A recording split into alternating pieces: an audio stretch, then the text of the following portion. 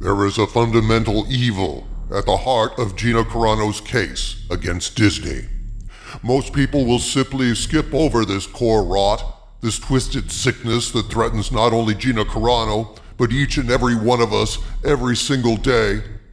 I hesitated to make a video about Gina Carano's case because I'm not a lawyer, and many others will cover that aspect of this case. I hesitated as well because a lot of other channels will be focused on the obvious outrage over the Disney Corporation's abuse of Gina Carano, as this channel has as well. And that too is nothing new, and I didn't feel that a simple venting of anger at Gina's abuse was enough justification to make yet another video expressing that particular rage. I've already expressed it, and so again, I hesitated. But then, as I read over Disney's filed defense of the charges leveled at them by Gina Carano and Elon Musk, I became angered and sickened at the fundamental lie at the heart of it all, the core evil underlying this case that will endure as a plague on this nation regardless of the outcome of this trial. And that, my friends, is why I'm making this video today.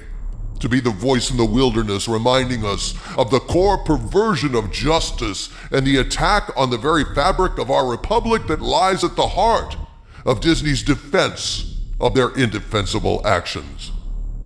And what is that fundamental evil that attacks the very fabric of our republic? To explain it, I must briefly analyze exactly what Gina Carano is claiming in her lawsuit, but even more specifically, the defensive strategy that Disney is pursuing in its recent motion to dismiss Gina Carano's lawsuit. Variety summed up the basics of the case very succinctly in their recent article covering the matter. Quote, Disney argued Tuesday that it had a First Amendment right to fire Gina Carano, the actor who played a bounty hunter on The Mandalorian, after she allegedly trivialized the Holocaust in an Instagram post. Carano sued in February, arguing that the company unlawfully retaliated against her for expressing her personal political views, which were at odds with Disney's preferred ideology. Disney's lawyers filed a motion on Tuesday to throw out the lawsuit, arguing that it has a constitutional right not to associate its artistic expression with Carano's speech. Unquote. Herein lies the fundamental evil I was speaking about. You probably already see it, but if not, let's examine Disney's motion to dismiss further and it will become much clearer. Quote, Carano sued under a California law that prohibits employers from retaliating against employees for political activity.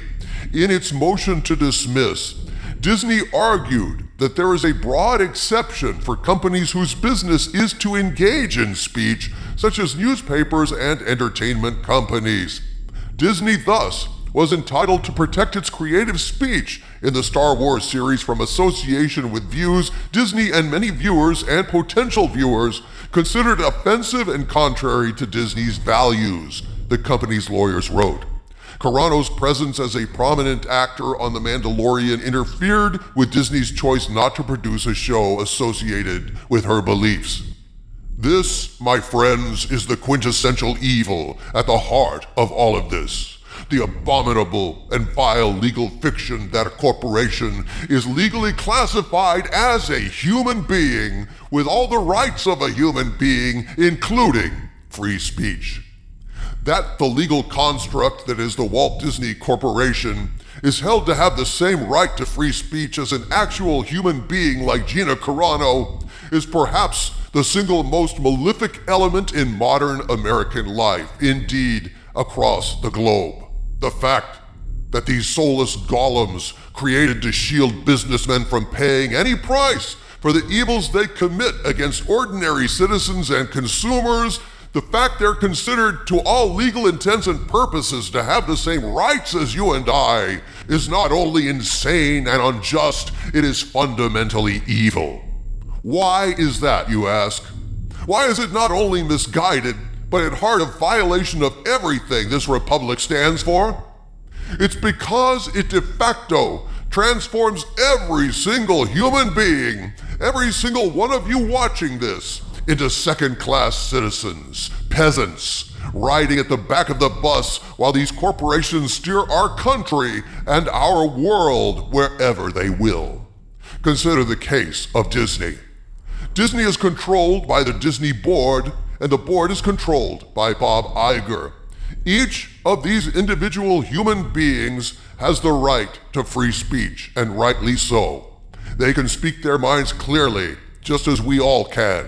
And yet, the puppet courts of this corrupted country have unjustly ruled that in addition to all the individual members governing these corporations, the corporations themselves have the right of free speech as well. So what does that mean in actuality?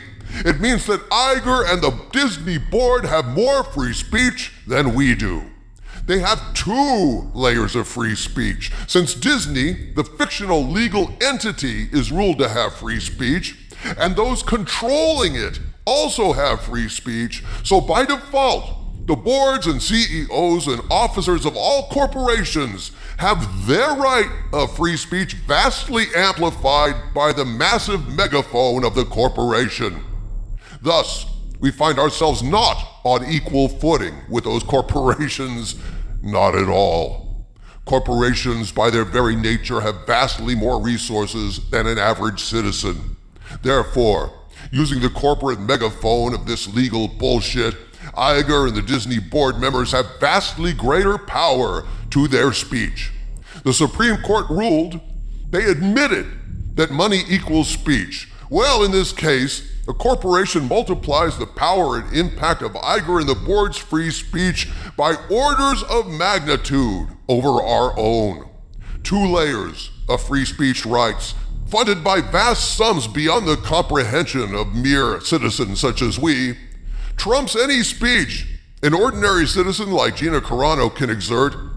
It obliterates our free speech, drowned out in the megaphone of the hollow, soulless corporations that are the public masks of CEOs all over the world.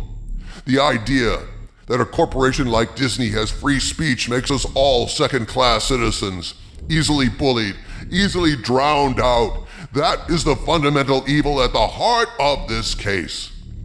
So in fighting Disney, Gina Carano is fighting for us all. She's fighting for the right of the little guy not to be bullied into silence with threats of employment retaliation. She's fighting for the right of all of us to be heard. Star Wars, Marvel, Disney, these things are trivial compared to the sick evil underlying this entire case. Not the facts of the case itself, but the granted and fundamentally accepted legal fiction that corporations are people. So God bless Gina Carano. God bless all of us who are simply real-life human beings trying to live free and speak our minds and debate the best ways to save this country, to save this world. Gina Carano and Elon Musk are fighting like hell to make sure that we are all not choked out and drowned by the soulless golems created by a corrupt legal system that turned us all into second-class citizens in our own world. From the center of the earth, this is Dictor Van Doomcock bidding you all, my friends, stay angry.